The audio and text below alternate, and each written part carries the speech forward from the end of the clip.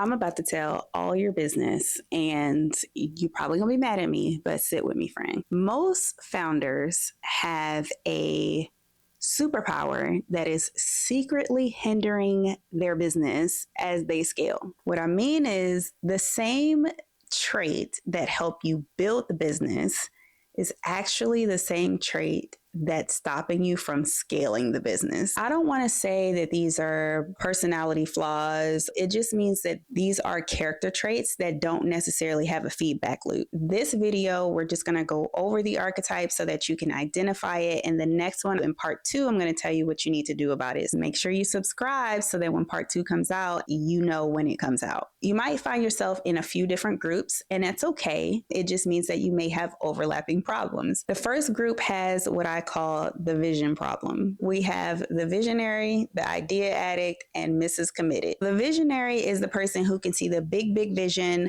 but they don't get too lost in the details. They struggle with delegation. Their head can sometimes seem like they are up in the clouds.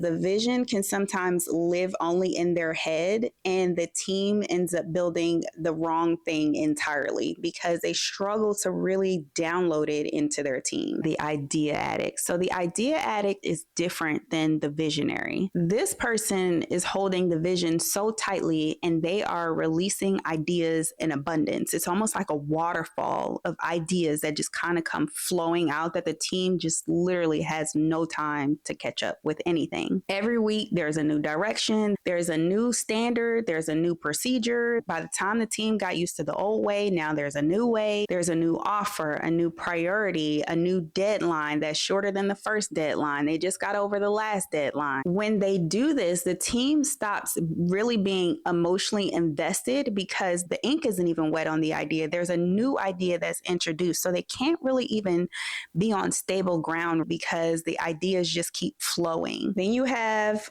Mrs. Committed. This is the one who wants everything to stay exactly the way that it was. This one is particularly dangerous because the vision never evolves. It ends up calcifying. They're very resistant to changing things. These three groups have an issue with direction when it comes to the team because the visionary, their ideas are so big that they can't download it to the team. The idea addict, their ideas are coming as quickly as the waterfall that they can't get the team on stable ground to give them direction. And then you have Mrs. Committed, who is holding on to the original vision so tightly that it stays stagnant. There is no direction. It's just stuck. Group 2, they got control issues. We have the person who's all about the details, the knowledge hoarder, and we have the rescuer, the detail lover. They want everything to be perfect. So they end up having so much stuff on their desk that they end up being the bottleneck. Sometimes this is perfectionism masquerading as high standards. Don't shoot the messenger. I'm just saying. Now let's get into the knowledge hoarder. I have personal experience with this one. That's all I'm gonna say. This person destabilizes the entire team. I'm talking about this person on PTO. You can't access nothing without them. You can't get nothing done without them. They don't pass any special knowledge down to the team. If this is you, I'm just telling you that it is very crippling to your team. I'm gonna get off my soapbox. I gotta pick on y'all a little bit. The knowledge hoarder has made themselves indispensable. You may actually have someone like this on your team. It's very difficult to replace this person. And if you become the magical unicorn, you make yourself irreplaceable.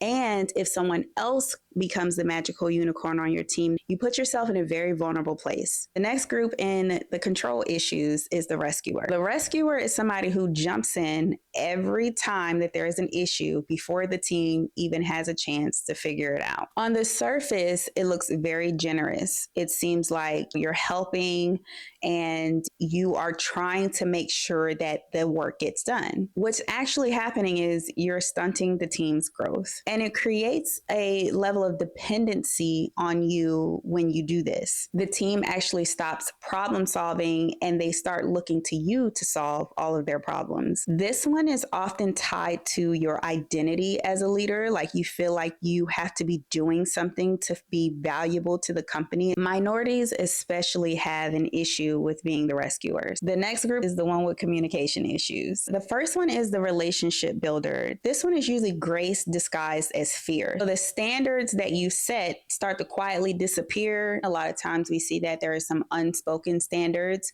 or they're just afraid to kind of rock the boat. There isn't really a feedback of accountability, or they may feel like they are asking, but just in a way that is not going to impede on the relationship with the person. The next one is the over explainer.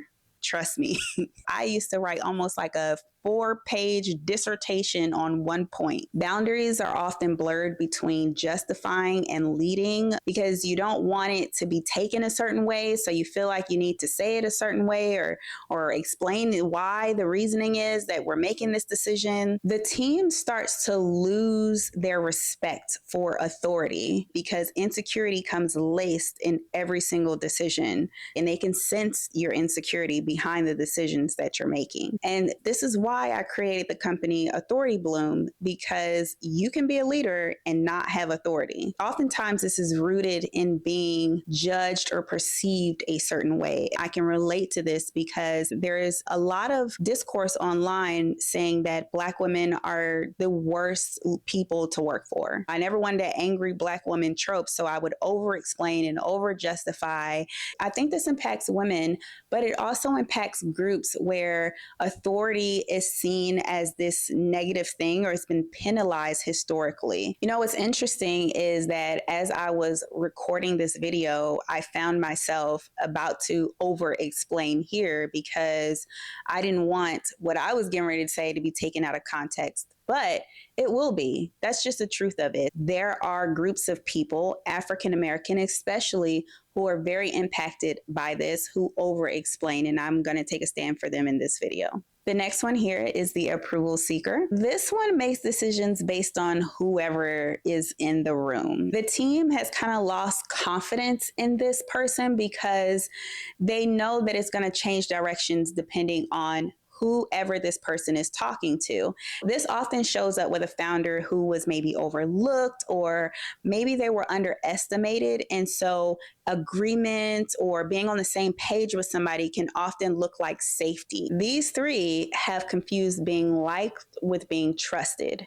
One has nothing to do with the other. Group 4 is what I call the system and the culture problem. This person is always building systems. I like to call them the tinkerer. You're not always measuring the outcome of the systems that you build. Your blind spot is that you may be just creating the systems, but not really bedding them into the company and not really knowing how to introduce them in a stabilizing way. It's like the team isn't really resistant to the systems that you're building. They're destabilized a lot of times by the systems that are being implemented, especially if you haven't learned how to implement them correctly. The crisis creator. My husband introduced me to The Walking Dead. If you watch The Walking Dead, then you know Rick.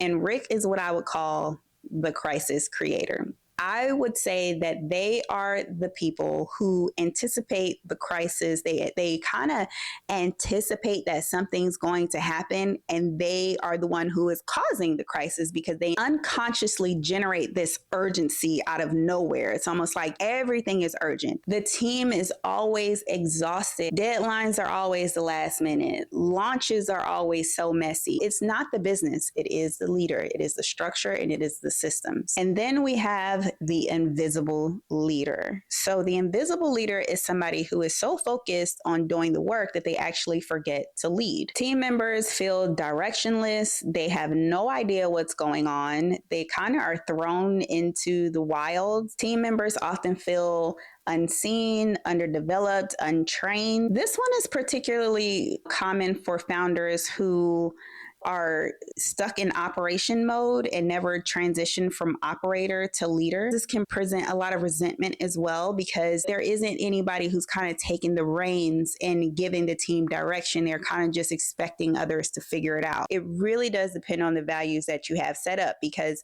you may want that. You may want somebody who's going to come in and show you what they can do and take it by the reins, but you need to understand that, because if you don't, then you will hire incorrectly and be frustrated the entire time. So I'm not inherently saying that this is a wrong thing, but this is what I mean by this is your strength that has now turned into something that is eroding the business because it's not being used properly. These three are building businesses on chaos and calling it hustle. None of these archetypes are random at all. They were formed in the absence of feedback, and when unchecked, they create a lot of pressure. The truth is, the higher that you climb, the less honest feedback that you get internally from your team. And honestly, the more entrenched you get in those patterns. So the deeper those patterns become into your business, and they end up growing roots. What this means is a founder who built a team of 5 and a founder who's running a team of 50 can be hitting the same exact blind spots, but it's costing them 10 times more.